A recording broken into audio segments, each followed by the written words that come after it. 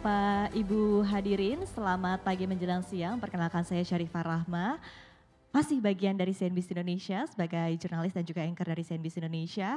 Dan senang sekali saya berkesempatan untuk memandu sesi panel diskusi kali ini ya. Dan tadi kita sudah mendengarkan dari Pak Misbakun ya, terima kasih Bapak, very appreciated. Tadi komunikasi yang dilakukan, begitu seperti apa arahan dari pemerintah dan tentunya dorongan optimisme begitu yang disampaikan oleh Ketua Komisi 11 DPR RI. Sekali lagi terima kasih dan tentu tadi keywordsnya adalah komunikasi. Ini harus bisa terjalin sehingga kolaborasi dan juga kerjasama antar berbagai stakeholder di pasar modal kita ini bisa terus terjalin begitu ya, sehingga bisa terus memboost pertumbuhan di sektor pasar modal kita. Nah, kali ini kita akan mendengarkan seperti apa insights dan juga perspektif tentunya dari para pelaku pasar modal kita, dari manajemen investasi, kemudian juga dari pihak-pihak emiten dan asosiasi emiten dan lain sebagainya. Tentu nanti kita akan mendengarkan seperti apa, sekali lagi agar komunikasi ini terjalin dua arah ya. Baik, langsung saja kita akan undang narasumber kita untuk panelis di sesi kali ini. Dengan hormat saya mengundang Bapak Hanif Mantik selaku Ketua Asosiasi Manajer Investasi Indonesia atau AMII dan Direktur Utama Star Asset Management.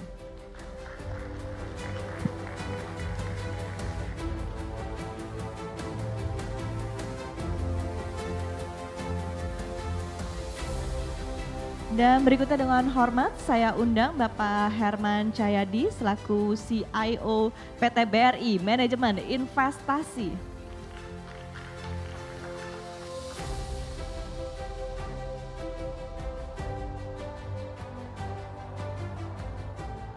Kami juga undang kepada Bapak Prama Nugraha selaku Ketua Asosiasi Perusahaan Efek Indonesia atau APEI. Dengan hormat kami juga undang Bapak Fauzi Ihsan selaku anggota Dewan Pakar Asosiasi Emiten Indonesia atau AEI. Last but not least, berikutnya kami akan undang Bapak Rudi Utomo selaku Direktur Utama Sinarmas Sekuritas.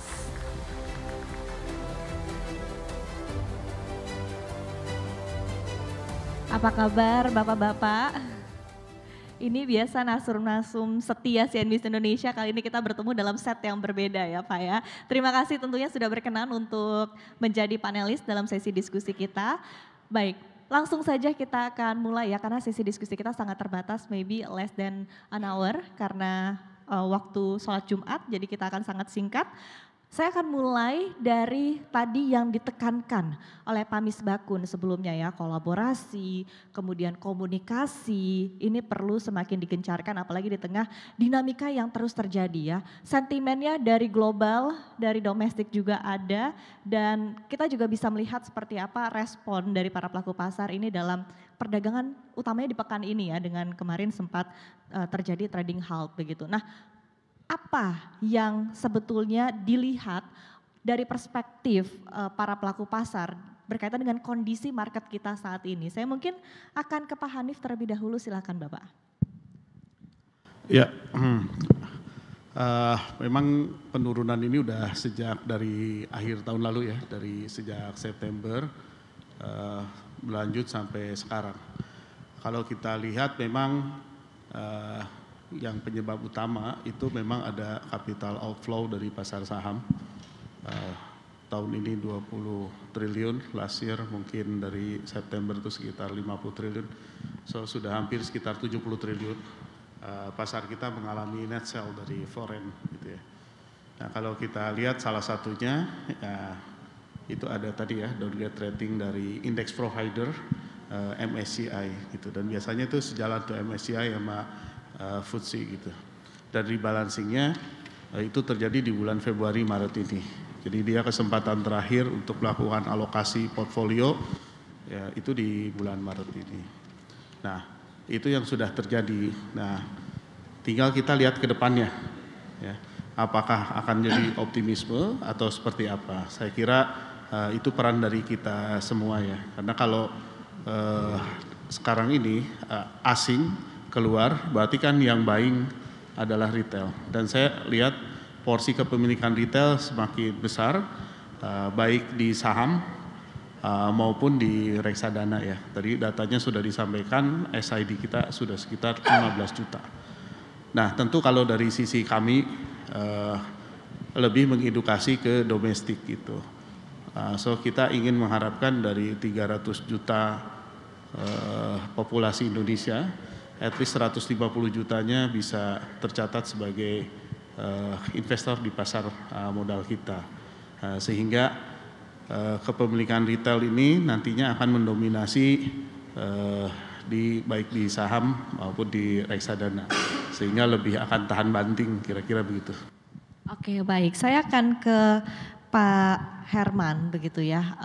Tadi disampaikan bahwa sebetulnya fundamental kita tuh masih baik begitu kan. Tapi kita melihat mungkin ini lebih ke perspektif base, lebih ke sentiment base begitu ya untuk respon yang kita lihat di market kita. Tapi tentu aktivitas ataupun juga decision yang diambil oleh para pelaku pasar ini tadi seperti yang disampaikan oleh para penanya begitu, sudah melihat sisi fundamental dan memang tentu decision ini based on mungkin strategi ya yang diambil oleh masing-masing pihak, oleh masing-masing para pelaku pasar begitu ya. Tapi perspektif dari para pelaku pasar sehingga akhirnya mengambil strategi mungkin untuk kemarin ya dengan pelemahan yang terus terjadi, cut loss mungkin juga terus dilakukan begitu ya. Nah ini seperti apa begitu dari perspektif dan akhirnya berakhir kepada decision yang harus diambil oleh para pelaku pasar sejauh ini dengan kondisi market yang ada saat ini. Oke, terima kasih. Jadi saya kita ingin kasih sedikit gambar ya mengenai kekhawatiran di para investor global ya. Nah jadi kalau kita lihat, kita perhatikan bahwa ada 3 risiko utama yang dianggap oleh pemain pelaku investor global yang sangat-sangat besar sekali di tahun 2025 ini. 3 risiko yang paling utama itu adalah pertama ada mengenai risiko dari perang harga. Kemudian perang Ukraina-Rusia. Dan kemudian yang ketiga adalah geopolitik di Timur Tengah. Nah, kalau kita perhatikan untuk kekhawatiran mengenai perang harga ini menarik sekali. Di Bloomberg itu ada indeks mengenai Uncertainty Trade Index. Nah, jadi dulu pada zaman Trump 1.0 itu Uncertainty Trade Index itu baru naik tinggi sekali sampai mentok itu di tahun 2020. Jadi perlu 3 tahun sampai Uncertainty Trade Index itu naik. Nah, tapi menariknya hanya dalam waktu 3 bulan Uncertainty Trade Index dari kebijakan-kebijakan ini itu langsung lebih tinggi dari tahun 2020. Nah, jadi makanya pelaku investor global itu sedang dalam keadaan panik juga karena mereka melihat begitu banyak uncertainty. Nah, tapi menariknya adalah ketika 1-2 hari yang lalu ketika Fed akhirnya dalam pers konferensinya mereka mengatakan masih ada kemungkinan penurunan 2 kali suku bunga di tahun ini, itu cukup meredakan kepanikan mereka ya. Karena kita melihat walaupun perang tarif ini kemungkinan inflasinya akan naik, tapi Fed tetap mengatakan bahwa mereka akan melakukan penurunan 2 kali suku bunga. Artinya the Fed sudah mengimplikasi memberi signal bahwa mereka sudah memperhatikan economic growth di Amerika ya. Karena kalau economic growth Amerika turun terus itu bisa resesi, dan resesi itu sekarang di Amerika sekarang ke probability antara 20 sampai 50%. Muhammad L. Arian mengatakan 20%, kemudian Lawrence Summers mengatakan 5%. Jadi bisa dikatakan 20 sampai 50%. Nah, jadi mereka semuanya baliknya ke safe haven aset seperti gold atau US Treasury yield. Nah, jadi makanya itu ada menjadi faktor dari penarikan, maksudnya asing keluar dari Indonesia sebegitu banyak. Dan memang juga ada faktor-faktor domestik yang tadi kita sudah dijelaskan oleh Pak Mas Bikun dan juga teman-teman yang lain. Dan itu yang menarik, tapi yang intinya adalah dari 2 hari sejak lalu ini, yang ketika kita sempat sampai IHSG menyentuh circuit breaker, itu sudah ada kejelasan dalam beberapa hal. Nah, yang membantu sekali itu juga adalah bahwa sekarang perusahaan-perusahaan bisa melakukan buyback tanpa rules. Nah, tentunya perusahaan-perusahaan yang memiliki fundamental yang baik itu tentu akan suatu saat akan melakukan buyback karena mereka melihat fundamental harga sekarang ini sangat-sangat depressed sekali. Karena kalau kita lihat, kita bandingkan dengan valuasi pada zaman Covid, kita itu masa Indonesia itu bukan Indonesia yang sedang mengalami financial crisis, bukan. Kita ini Indonesia cukup sehat, tapi valuasi kita dianggap sebagai valuasi Covid. Nah, itu kan sama sekali tidak masuk rasional. Nah, jadi memang kalau kita berhubungan ke pasar modal itu memang kadang-kadang kita berhubungan dengan para pelaku yang yang terlalu banyak dipengaruhi oleh psikologi. Jadi makanya kita dalam kesempatan seperti ini, forum-forum seperti ini kita ingin menyampaikan bahwa Indonesia mungkin memang akan terpengaruh oleh pertumbuhan ekonomi global, tapi Indonesia tidak dalam keadaan finansial krisis. Ya. Kita tetap bertumbuh. Secara contohnya aja, secara simpel, kalau kita kita pulang dari rumah kan jalannya masih macet, ya kan. Jadi aktivitas ekonomi masih berjalan gitu. Ya. Jadi kalau sampai dianggap seperti kita evaluasi COVID, wah itu kayaknya sudah terlalu dalam sekali. Nah jadi makanya kita ingin menyampaikan bahwa Indonesia sedang bertumbuh dan kita memang harus memberikan kesempatan untuk Kabinet Merah Putih untuk menjalankan program-programnya dengan baik. Gitu. Terima kasih. Oke baik, terima kasih. Saya langsung saja ya ke Pak Prama, begitu dari Anda sendiri mungkin ada concern tersendiri ya berkaitan dengan kondisi market kita saat ini dan poin-poin apa begitu yang bisa Anda highlight? Ya, terima kasih. Jadi memang tadi sudah sampaikan secara detail ya bagaimana kondisi-kondisi terjadi di market saat ini dan juga hal-hal apa yang jadi concern ya. Tadi disampaikan bagaimana sebenarnya secara ekonomi Indonesia masih kondisi on track gitu ya. Pengaruh global memang dominan juga gitu ya. Tadi kebijakan perang tarif di Amerika pengaruh juga. Nah, di sisi lain mungkin lebih bagaimana mengkomunikasikan kebijakan-kebijakan yang sudah diambil yang supaya lebih bisa ditangkap oleh pasar dan dipahami untuk kemudian itu menjadi pertimbangan investasi juga gitu ya. Nah ini yang memang kita harapkan bisa secara kontinu, jadi bisa dilakukan secara rutin terus ya, sehingga market akan terus melihat secara objektif ya mengenai kondisi pasar ya. Jadi kami juga mengapresiasi apa yang sudah dilakukan oleh regulator maupun otoritas yang berwenang ya. Dalam hal ini misalnya dari Parlemen juga sudah menyampaikan dukungan ya terhadap pasar modal. Terima kasih.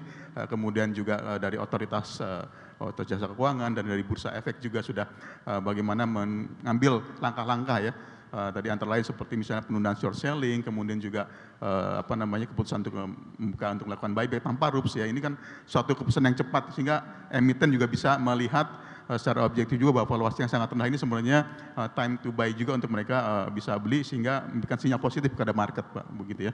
Jadi ini hal yang baik dan diharapkan ke depannya juga komunikasi tidak hanya juga dilakukan oleh otoritas yang berwenang tapi juga oleh perusahaan-perusahaan, oleh emiten-emiten juga diharapkan juga lebih mendorong informasinya bisa dipublikasikan ya secara lebih update lagi sehingga investor juga akan punya pandangan yang akurat dan cepat gitu ya mengenai kinerja perusahaannya, dan kami sebagai perusahaan efek juga memang memiliki kewajiban untuk tadi terus mempublikasikan hal ini ya, artinya kita sebagai jembatan antara supply demand antara buyer seller. Nah ini kami di sini ya berfungsi untuk menggambarkan secara objektif bagaimana semua perkembangan yang ada untuk kemudian nanti bisa menjadi pertimbangan investasi bagi investor.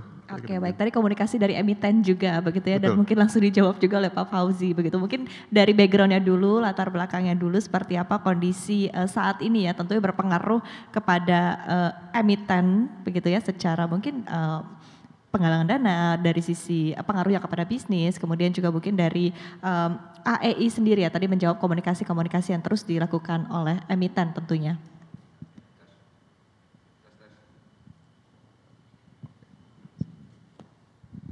Oke. Mungkin saya bicara makro sebentar ya. Yang namanya investor finansial, dalam sejarahnya, itu kalau mereka tidak over optimis, mereka over pesimis. Ya. Beda dengan investor sektorial. Ya, jadi kalau kita melihat krisis yang kita sempat alami ya di tahun 98, waktu itu krisis moneter Asia, tahun 2008 krisis finansial global, tahun 2015 tapering quantitative easing di Amerika, tahun 2020 krisis COVID, itu kita semua mengalami kurs rupiah, bursa saham, itu melemah tajam, ya, karena memang marketnya panik, tapi setelah itu rebound. Ya. Jadi justru dalam keadaan seperti itu kita mesti lihat fundamental. Kalau misalnya ada price misalignment antara fundamental dan harga di pasar, misalnya harga di pasar itu jauh di bawah harga fundamentalnya, it's time to buy. Ya. Dan kalau kita melihat di tahun 2025 ini ya, kalau kita melihat survei yang dilakukan terhadap para analis global, belum ada analis global yang memangkas prediksi pertumbuhan ekonomi Indonesia jauh di bawah 5%. Rata-rata masih memprediksikan 5%, dan 5% pertumbuhan ekonomi itu kedua tertinggi di G20 setelah India. Ya. Sama juga kalau kita bicara inflasi masih diperkirakan 2,3%. Ya. Kurs rupiah, kita melihat para analis global ya, rata-rata mereka memperkirakan kurs rupiahnya stabil di kisaran 16.500, bahkan menguat di tahun 2026 setelah keadaan jauh lebih stabil. Ya. Dan dengan prediksi pertumbuhan ekonomi 5%, otomatis ada cushion bagi emiten, bagi korporasi. Ya mungkin mereka sedikit terpukul karena misalnya rupiahnya melemah, ya kalau misalnya mereka punya dollar liability, FX liability, sementara revenue-nya dalam rupiah. Tetapi kembali lagi kita pernah mengalami yang jauh lebih buruk. Ya, dan bagi AII yang penting adalah laporan keuangan perusahaan-perusahaan itu valid. Ya. Sehingga analis, investor itu bisa membaca laporan keuangan suatu perusahaan, oke, we trust this, the numbers. Ya. Tidak dari statement, ini yang menjadi isu kan kalau misalnya dari perusahaan ya ganti KAP restatement, ya, itu menimbulkan ketidakpastian dan loss of faith ya di kalangan investor. Tapi selama laporan keuangan itu valid, sehingga analis dan investor bisa menggunakan laporan keuangan tersebut untuk melakukan prediksi dan melakukan analisa, yang penting sekarang adalah bagaimana memastikan bahwa harga fundamental ini tidak terlalu jauh dari harga pasar, atau harga pasar tidak terlalu jauh. Nah, kalau memang harganya jauh, it's time to buy. Itu aja dari saya, terima kasih. Oke, baik, terima kasih Pak Fauzi. Saya akan ke Pak Rudi ya. Tadi kita sudah mendengarkan perspektifnya, pengaruh dari berbagai sentimen, baik global dan juga domestik, begitu kepada market kita. Tapi seperti yang tadi disampaikan begitu ya, bahwa di saat krisis ataupun juga di saat-saat lowest point begitu kan, ini kan sebetulnya ada potensi ya, banyak orang kaya baru begitu Pak dari krisis ya, pengalaman-pengalaman sebelumnya selalu terjadi demikian begitu. Nah peluang yang bisa kita tangkap saat ini seperti apa begitu, dan mungkin keywordsnya juga ya untuk momentum-momentumnya ini bagaimana Pak Rudi? Ya, terima kasih. Mungkin kita balik lagi kalau tadi berdasarkan data-data yang sudah disampaikan Pak Misbakun, sebetulnya sudah jelas sekali ya, fundamental kita strong saat ini ya. Jadi kalau kita lihat juga beberapa data, memang untuk di perdagangan saham memang ada penurunan, ya ada capital outflow. Tapi kalau kita lihat juga di perdagangan surat utang itu ada capital inflow juga. Ya, jadi ini menandakan sebetulnya kita sedang baik-baik aja, ya kan. Tadi berdasarkan data-data yang ada, ya. Jadi yang terpenting tadi menurut kita dalam membangun pasar modal kita adalah satu, komunikasi antara seluruh stakeholder yang ada. Nah, ini diperkuat, diintensifitaskan. Yang kedua tentunya bagaimana kita membangun basic domestic investor, ya. Domestic investor ini ada dua. Satu berkaitan dengan institutional investor, yang kedua berkaitan dengan retail ya. Nah, ini kita juga harus bersama ya kan. Kalau kita lihat mungkin di era Covid 2020 itu retailnya yang bertumbuh cepat ya kan. Tapi institusionalnya mungkin kurang mensupport. Nah, inilah saatnya kita sama-sama baik institusional maupun retail, kita sama-sama untuk bergandengan dengan bangun capital market Indonesia. Yang berikutnya tentunya kita perlu thinking dan mindset kita juga harus dirubah ya. Jadi bukan berdasarkan rumors ya kan, tapi berdasarkan apa? Berdasarkan fundamental, berdasarkan data dan kita bisa menggunakan big data, bisa menggunakan AI ya kan, sehingga bisa menghasilkan suatu kesimpulan atau menghasilkan suatu analisis yang bahwa kondisi saat ini yang tadi disebutkan Pak Fauzi juga bahwa kita pernah yang lebih buruk ya kan, karena apa, data-data fundamentalnya tidak mensupport ya Pak ya. Tapi sekarang kondisi memang capital market sedang bergoncang, tapi sebenarnya data-data fundamental mensupport ya kan. Jadi ini merupakan suatu peluang lah buat kita semua ya kan. Yang menjadi pertanyaan adalah bagaimana kita melihat kondisi ini menjadi sebuah peluang ya. Kalau kita lihat di setiap krisis ya, dari 98, dari terakhir mungkin 2008 ya kan, itu selalu ada munculnya sebuah perusahaan-perusahaan atau bisnis baru yang bisa menjadi peluang buat kita semua. Pertanyaannya adalah bagaimana kita bisa melihat itu menjadi sebuah opportunity apa enggak ya. Kalau Uncle Trump di sana punya how to make American great again, kita juga bisa bikin how to make capital market great again ya. Mungkin itu dari saya. Baik, baik.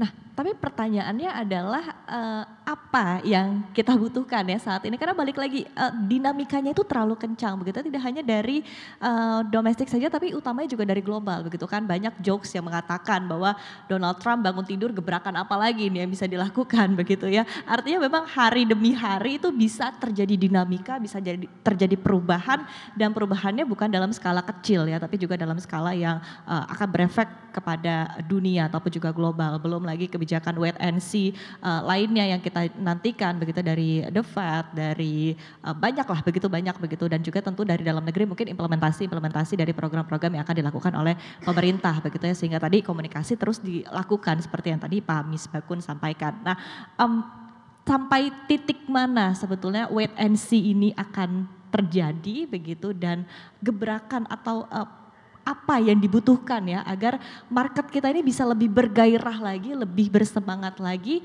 Siapa yang mungkin ingin menjawab terlebih dahulu? Silahkan Pak Hanif. Terkait correction itu memang ada yang minor correction, ada yang middle correction, ada yang big correction gitu ya.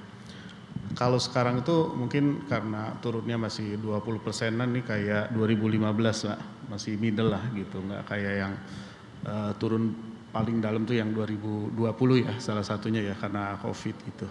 Dan kalau kita merefer ke yang 2015, sebenarnya correction itu terjadi antara 6 bulanan lah. 6 bulanan, setelah itu recovery sekitar 9 bulanan atau 1 tahun gitu. Betul tadi dibilang bahwa nextnya itu recovery-nya itu juga disertai dengan kenaikan untuk 3 tahun berikutnya ya. Kalau kita ingat dulu 2016, 17, 18 itu 2016, 17, 18 itu dia naik terus tuh marketnya. Nah yang paling penting balik lagi, sentimen tuh bersifat sesaat tapi fundamental sifatnya jangka panjang. Nah saya sih hanya ingin memberikan tips saja sama teman-teman investor ya. Biasanya kita kalau punya high conviction terhadap suatu hal, ya kita contoh yang misalnya Bapak investasi Warren Buffett ya. Saya ingat beliau waktu 2008 ketika harga saham hancur tuh dia beli GE, dia prefer stock bisa dapat dividen 8%. Nah saya lihat sekarang nih dividen di bursa ini, terutama saham-saham yang kapitalisasi cukup besar, itu menawarkan dividen yang jumbo ya saya bilang ya. Kalau tadi government bond 10 tahun itu 7%, dividen-dividen beberapa saham itu seperti Astra, Telkom, Mandiri, BRI, itu di atas 7%, bahkan ada yang sampai sekitar 10%. So kalau kita lihat fundamental si company-nya tadi dibilang oleh Pak Fauzi Ihsan, kedepannya masih intact 5 tahun. Kalau kita beli sekarang dividen bisa dapat 10%, mungkin 5 tahun lagi kita nyaksikan yang kita beli sekarang ini bisa menghasilkan dividen 20%. Jadi ini adalah sesuatu yang sangat menarik. Nah, cuman orang juga akan bertanya, apakah dividen ini hanya akan berlangsung tahun ini atau bakal terus naik? Nah, ini yang harus menjelaskan adalah emiten itu sendiri gitu. Jadi kalau pendekatan biasa investasi kan ada 3 tuh, right management, right business, sama right value. Right value tadi udah dijelaskan dividen, Pak Fauzi Ihsan juga undervalued company sudah dijelaskan. Nah, mungkin right management itu artinya gini, bagaimana manajemen menyampaikan prognosa bisnis itu realitanya itu nggak jauh berbeda gitu Pak, nggak bikin kaget. Kalau bisa over ekspektasi. Jadi misalnya nih BRI turun 50% dari 6.000 ke 3.000, dividennya tuh mendekati 10% Pak. Saya jadi berpikir kan, kenapa orang panik sedemikian dalam? Apakah ini faktor fundamental atau sentimental? Nah yang paling bisa menjelaskan adalah perusahaannya sendiri. Tolong berikan prognosa kepada kami 3 tahun ke depan pertumbuhan aset, atau tahun ini pertumbuhannya seperti apa, net interest marginnya seperti apa, dan tingkat dividennya juga ke depan kan tercermin dari laba yang semakin meningkat. Tadi Pak Misbakun juga sudah cerita, laba perbankan ya Pak, itu all time high gitu. Nah, apakah terus akan all time high atau beneran akan koreksi? Nah, kita sebenarnya yang kita tunggu dari emitennya. Ayo dong emiten speak up gitu ya. Gimana prognosa ke depannya gitu, karena kita butuh itu. Terima kasih. Oke, baik, terima kasih Pak Hanif. Mungkin ada yang ingin menambahkan, silakan. Oke, saya ingin kasih sedikit review sedikit mengenai sejarah sedikit ya. Jadi kalau kita lihat tadi yang tadi Pak Hanif sudah katakan, pada tahun 2015 itu juga koreksi, kita mendengar IHSG juga mengalami koreksi yang cukup dalam sekitar 15%. Dan pada saat itu menariknya itu juga hampir-hampir sama, dulu namanya kabinet kinerja. Kabinet kinerja itu antara 2014 sampai 2019, baru kerja 2014, 2015 mengalami koreksi yang dalam karena Fed taper tantrum. Nah di sini juga mirip-mirip, sekarang ini mirip-mirip kabinet merah putih baru kerja 3 bulan, ternyata ada uncertainty trade war global ini yang sangat marak sekali. Tapi kalau kita melihat pada saat 2015 lalu ketika sudah turun koreksi dalam, itu juga akan rebound indeks ya. Jadi artinya pesimisme yang kita lihat di pasar market sekarang ini sudah terlalu eksesif ya. Kemudian kedua yang kalau kita lihat ya MSCI US itu dalam kira-kira 8-10 tahun terakhir itu luar biasa kinerjanya.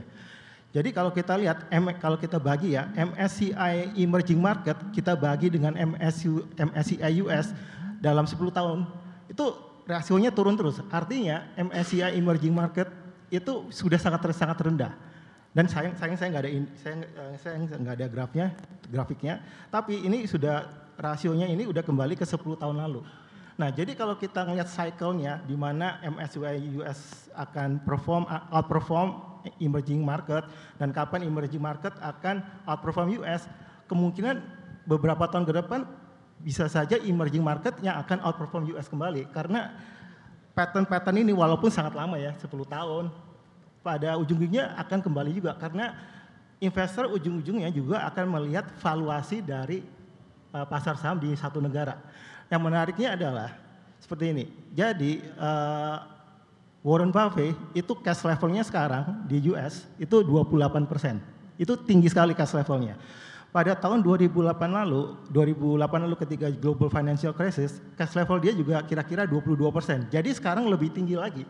Artinya kita memang melihat bahwa di US ini memang valuasinya sudah mahal sekali. Jadi untuk yang investor-investor yang rasional, mungkin mereka sudah seharusnya pindah ke valuasi-valuasi yang lebih rendah, yang lebih menarik, atraktif seperti emerging market. Jadi dalam 2 bulan, 3 bulan ini kita juga melihat bahwa investor-investor global itu sudah mulai rotasi ke Europe karena valuasi yang murah. Nah, jadi kalau kita Indonesia juga bisa mendorong supaya pertumbuhan kita tetap stabil, eventually investor asing juga akan kembali masuk ke Indonesia lagi karena itu cycle dari US outperform emerging market itu suatu saat akan kembali lagi ke emerging market. Jadi ini momentum seperti ini yang harus kita gunakan. Oke, baik, terima kasih Pak Herman. Dan tadi sekali lagi kan sempat di-mention juga tadi oleh Pak Hanif begitu komunikasi dari emiten seperti apa, bisa menggambarkan prognosanya begitu sehingga bisa kembali memberikan confident ya kepada market. Nah, mungkin dari Pak Fauzi terlebih dahulu begitu ya. Seperti apa Pak dari AEI sendiri? Bagaimanapun juga investor dan analis itu kan forward looking ya. Jadi yang diekspektasikan, yang diharapkan dari emiten itu adalah direksi bisa memberi paparan, oke ini kira-kira forecast kita tahun ini bagaimana. Mungkin salesnya akan turun, top line-nya akan turun, tetapi kita mengendalikan cost-nya, biayanya kita kontrol, kendalikan, bahkan mungkin ada pemangkasan sehingga laba bisa dipertahankan. Kalaupun labanya turun, turunnya bisa dikontrol lah ya. Yang penting forward looking outlook itu believable.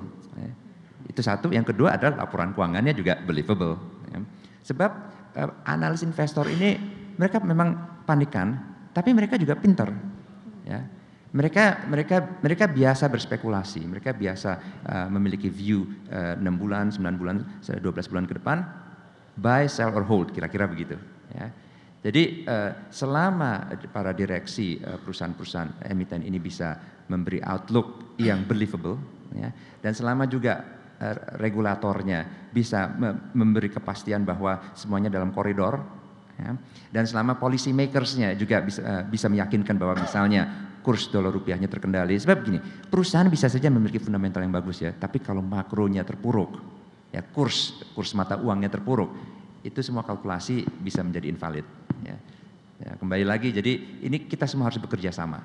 Ya, ini synchronize, ya, ibaratnya seperti orkestra. Nah, orkestra kan kalau misalnya yang jago cuma pianisnya aja atau pemain violinnya aja ya nggak akan bagus gitu. Tapi kalau semuanya bisa bekerja sama secara sinkronis, itu dampaknya akan lebih bagus. Oke, baik, terima kasih Pak Fauzi. Baik, tadi sudah kita mendengarkan begitu ya pandangan dari Pak Hani, Pak Herman dan juga Pak Fauzi ya dari sisi emiten untuk Pak Fauzi. Nah, mungkin dari sekuritas dan perusahaan efek sendiri Pak Rudi dan juga Pak Prama ya. Ketika kita melihat sinergi ini kan harus terjadi begitu ya. Nah, sinergi yang dilakukan dari perusahaan efek dan juga sekuritas seperti apa di tengah market seperti ini begitu, dengan outlook-nya tentu adalah kita harus memboost kembali market kita, kita harus meramaikan kembali market kita begitu, tapi tentu ada beberapa hal, ada beberapa pertimbangan yang harus dilakukan dan harus difikirkan dengan matang-matang sebelum mengambil sebuah keputusan investasi tentunya begitu ya, sehingga akhirnya mungkin perlu langkah-langkah atau strategi khusus yang bisa dilakukan dalam upaya untuk berpartisipasi untuk mendorong kembali market kita, tapi balik lagi begitu dengan decision yang tepat. Seperti apa Pak Prama dan juga Pak Rudi? Baik, jadi memang sinergi sangat penting gitu ya di antara semua stakeholders pasar modal ya. Dia salah satunya dari kami juga dari perusahaan efek juga ingin mendorong supaya ini pasar modal menjadi lebih berkembang lagi gitu ya. Kami di asosiasi sangat mendorong anggota kita untuk bisa lebih intens lagi menginformasikan bagaimana mengenai perkembangan makro maupun juga emiten gitu ya. Tim analis perusahaan efek juga mereka memiliki kualifikasi yang kompeten untuk bisa memberikan informasi kepada seluruh investor, demikian juga. Dan kami juga bekerja sama dengan asosiasi emiten dan asosiasi manajemen investasi juga gitu ya, supaya ini bisa juga menjadi suatu langkah untuk kita bersama-sama meningkatkan komunikasi kepada publik gitu ya. Dari sisi emiten kita dorong supaya emiten tersebut juga lebih intens menyampaikan informasi dan juga kita sampaikan kepada manajer investasi memang sebagai sisi buy side-nya itu juga satu peluang. Dan kita juga mengeksplor juga dengan AAI misalnya apakah bisa kemudian ditingkatkan kembali bagaimana meningkatkan jumlah emiten ya, khususnya skala kapitalisasi besar ini bisa lebih meningkat lagi sehingga investor asing juga akan lebih bisa masuk lagi pasar modal Indonesia dengan punya lebih banyak pilihan instrumen yang bisa mereka masuk dengan lebih atraktif lagi. Kira-kira demikian. Baik. Pak Rudi, silakan. Baik, mungkin tadi Pak Prama yang sampaikan itu kebetulan memang beberapa waktu lalu ya Pak, beberapa hari lalu beberapa asosiasi itu sudah menandatangani MOU ya, MOU dengan berbagai ada AEI juga, dengan AMI juga, dengan API, sehingga ini diharapkan bisa menjadi suatu turning point lah ya, turning point untuk kita bisa lebih baik lagi. Nah mungkin juga yang terpenting adalah bagaimana komunikasi antara kita dari perusahaan efek juga dengan para regulator nih, bapak-bapak semua nih, baik dari DPR maupun dari bursa maupun dari OJK ya kan.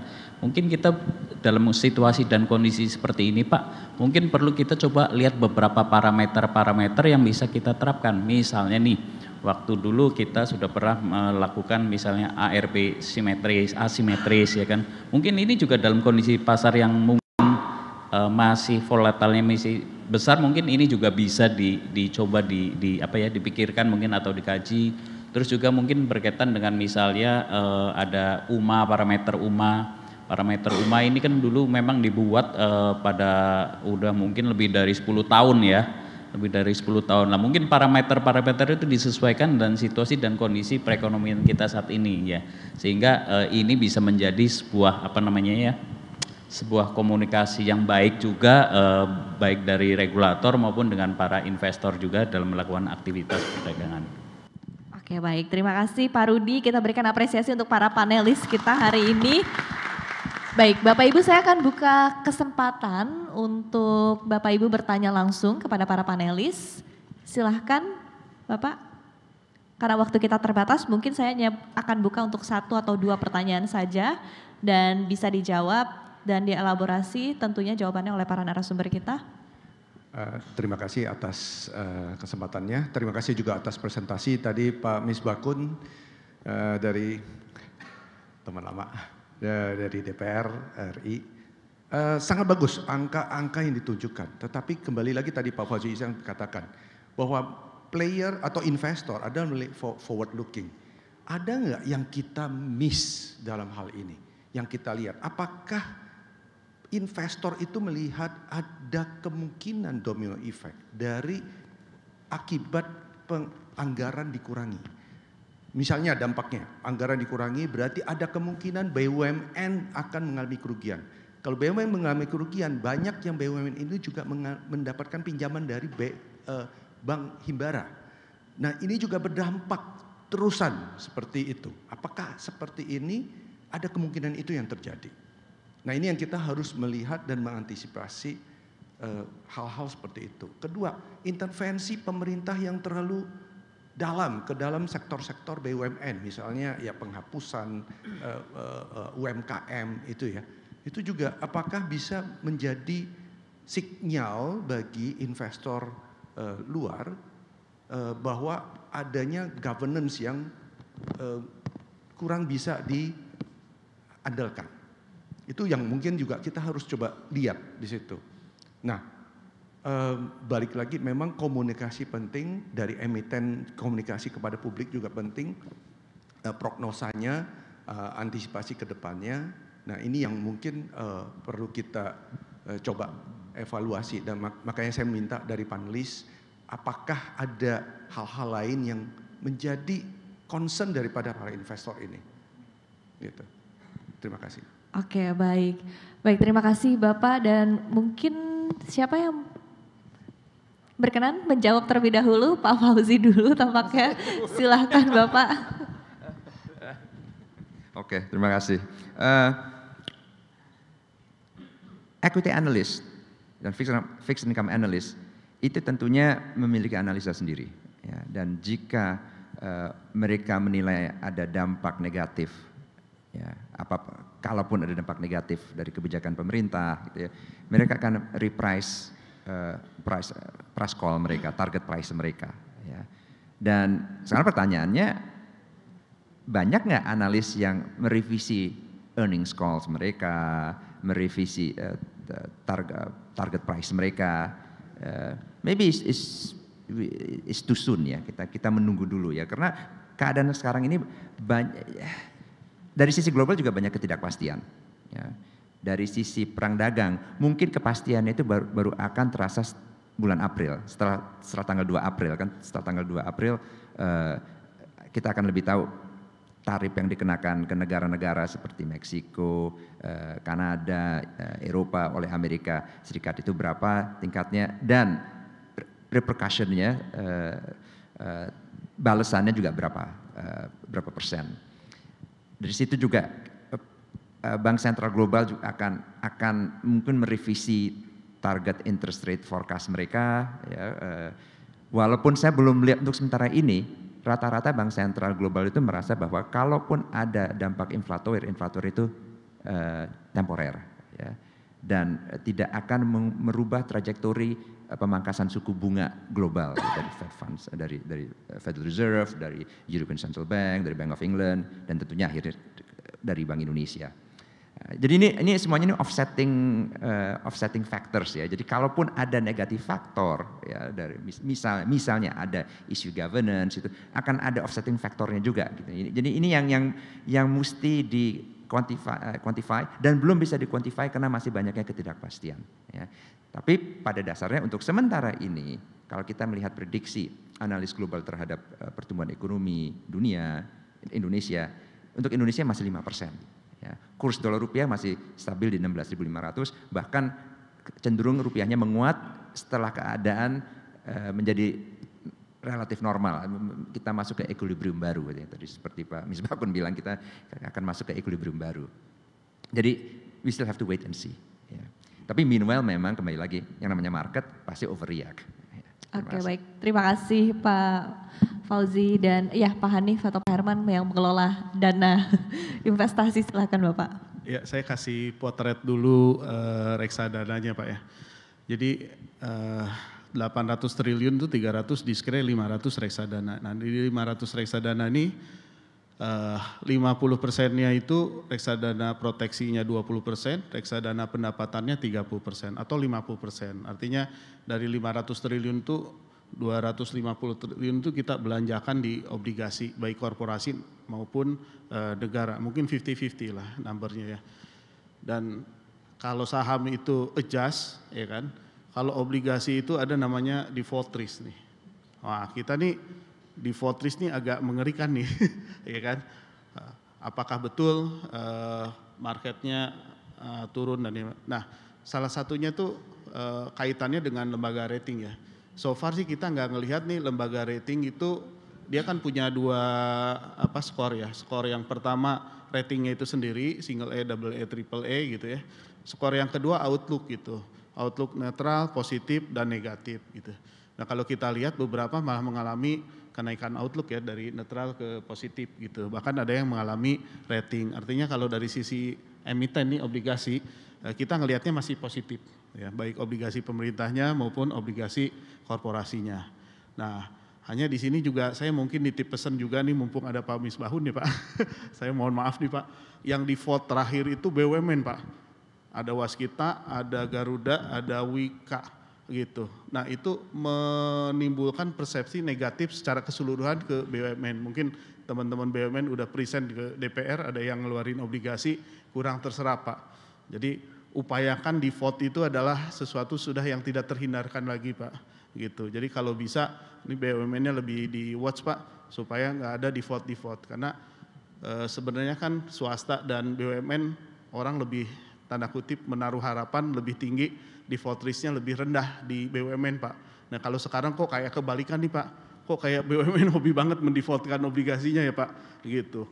Nah, tidak bayar bunga dan yang lain-lain. Jadi ini juga Pak menimbulkan ketidakpercayaan nih ke investor Pak. Sementara kita nih Pak, kita projection mudah-mudahan benar ya 10 tahun ke depan pasar modal kita bisa tumbuh 10 kali lipat lah. Kalau 500 bisa 5.000 triliun. Kalau 5.000 triliun setengahnya di obligasi kan berarti 2.500 triliun mendorong emiten nanti mungkin dari teman-teman ini ya API ya rajin ngeluarin saham dan obligasi nih Pak yang akan dibeli oleh retail Pak. Nah tolong ini jangan sampai kena rusak gitu kepercayaan karena kita nih facing langsung ke customers Pak. Jadi ketika ada satu yang default itu yang dikejar-kejar kalau manajer investasi nggak bisa disclaimer ya Pak, dia ada sebagai pengelola gitu. Jadi itu sih yang mungkin ingin saya tambahkan. Oke baik, terima kasih. Silakan Pak Herman. Ya. Terima kasih untuk pertanyaan Bapak. Jadi memang stock market itu indeks ya, itu memang merupakan a leading forward indicator Pak. Jadi stock market itu akan bergerak 3-6 bulan dulu sebelum kenyataan terjadi. Jadi mungkin yang kita lihat memang sudah memprice ini semua keadaan-keadaan yang pesimis udah terjadi dulu karena merupakan merupakan leading indikator 3-6 bulan. Nah, 3-6 bulan lagi ketika semua analis sudah benar-benar sudah merevisi tadi seperti yang kata Pak Fauzi bilang mereka akan merevisi proyeksi ya, itu semua sudah tercermin. Ya. Nah, jadi makanya untuk kita semua yang belajar keuangan atau dulu yang pernah jadi analis, termasuk saya dulu pernah jadi analis, biasanya komplainnya adalah analis itu selalu telat, ya. Jadi stock indikator, stock index yang duluan turun gitu. Nah, jadi makanya kita sebagai investor dan kita juga ingin selalu men-share pengalaman berinvestasi kami kepada klien-klien kami bahwa apakah penurunan ini sudah terlalu tajam, sudah terlalu pesimis, ya kan? Karena yang namanya manusia itu kalau kita belajar ekonomi selalu tesisnya adalah manusia itu rasional, tapi manusia itu sebenarnya tidak rasional, irasional, ya. Apa buktinya manusia tidak rasional adalah selalu ada boom and bust. Jadi kalau semuanya bagus naik, tapi kalau pas jebol semua koreksi dalam. Jadi artinya memang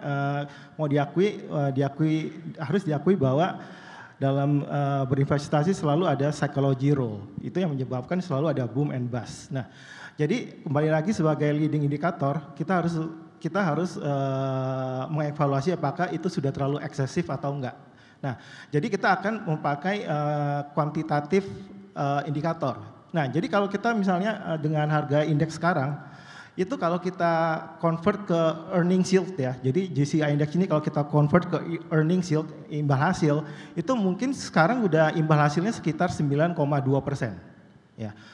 Sun kita yang 10 tahun sekarang 7,1%. Jadi kalau kita ngelihat sebenarnya kalau ada investor yang mempunyai risiko profil yang cocok, 9,1% itu tinggi loh. Dibandingkan dengan Sun yang 7,1%. Apalagi kalau misalnya ada teman-teman yang di bidang asuransi atau ya pokoknya yang asuransi yang lebih ini, karena mereka harus mencapai satu titik tertentu, target tertentu, angka 9,1% itu menurut saya luar biasa menariknya. Nah, jadi tentunya semua kita harus melihat valuasinya seperti apa. Kita harus menyadari bahwa stock index memang leading indikator, bisa terlalu pesimis sehingga tinggal disesuaikan dengan resiko profil kita kapan kita bisa masuk mencicil kembali supaya target return kita masing-masing tercapai. Jadi itu semua memang nggak mudah, tapi itu semua harus yang kita perhitungkan. Terima kasih. Oke, baik, menarik sekali Pak Herman, terima kasih. Karena waktu kita terbatas, mungkin Pak Rudi atau Pak Prama ingin menambahkan singkat saja, silahkan. Ya, mungkin singkat saja. Tadi memang benar bahwa capital market is forward looking gitu ya. Dan itu disusun ya, market menilai berdasarkan asumsi yang ada saat ini gitu ya, kondisi yang ada saat ini. Nah, untuk itulah kemudian dari otoritas berwenang juga mencoba menggambarkan posisi saat ini seperti apa ya. Termasuk juga misalnya baru saja kan dari Kementerian Keuangan melakukan press conference, kemudian Bank Indonesia juga melakukan press conference dan juga mempertahankan sikap suku bunga seperti ya. Artinya untuk bisa menggambarkan posisi saat ini juga bagaimana pertumbuhan ke depan juga ditampaikan pada saat itu dengan asumsi yang ada saat ini. Nah, nanti PR berikutnya adalah bagaimana kita memonitor ini terus ke depan dan kita harapkan juga publikasi terus dilakukan untuk bisa kita juga memantau terus sampai dengan nanti akhir tahun. Baik, terima kasih Pak Rudi. Nah, mungkin tadi ini yang udah disampaikan Pak Herman itu yang sebuah analisis yang sangat masuk akal Pak tadi dengan 9,01% ya kan. Nah, mungkin ini yang juga perlu dikomunikasikan dengan para teman-teman investor Pak. Ya mungkin nanti Bursa Efek bisa bantu ya Pak. Mungkin karena kan kalau sisinya kita sebetulnya kan mau naik mau turun asal jual beli kan cuan buat kita Pak. Kalau anggota bursa ya betul. Kalau dari sisi investment memang kan mungkin cara berpikirnya adalah dari sisi buy setnya, jadi lihat ya kan apakah tadi pemikiran-pemikiran yang dari sisi buy set yang ngelola dana besar aja berani berpikir ini dengan investasi tadi tentunya disesuaikan dengan risk profile dari masing-masing. Nah, mungkin ini bisa sampai kepada nasabah-nasabah baik institusional maupun retail dari domestik sehingga bisa sama-sama ayo kita masuk bareng-bareng lah gitu loh istilahnya ya kan. Mungkin itu Pak ya, mungkin itu harapan dari mungkin anggota bursa. Baik, terima kasih Pak Rudi. Kita berikan apresiasi untuk narasumber kita. Terima kasih. Sedikit banyak memberikan optimisme ya untuk kita bahwa eventually memang market akan rebound dan eventually tentunya kita harapkan ya pergerakan indeks harga saham gabungan kita ini juga bisa terus melesat begitu tentunya. Terima kasih, optimismenya juga telah disampaikan oleh para panelis kita dalam sesi diskusi dalam acara Capital Market Forum 2025 hari ini. Saya kembalikan ke rekan saya Andi Syalini. Sekali lagi terima kasih dan selamat siang untuk para panelis kita.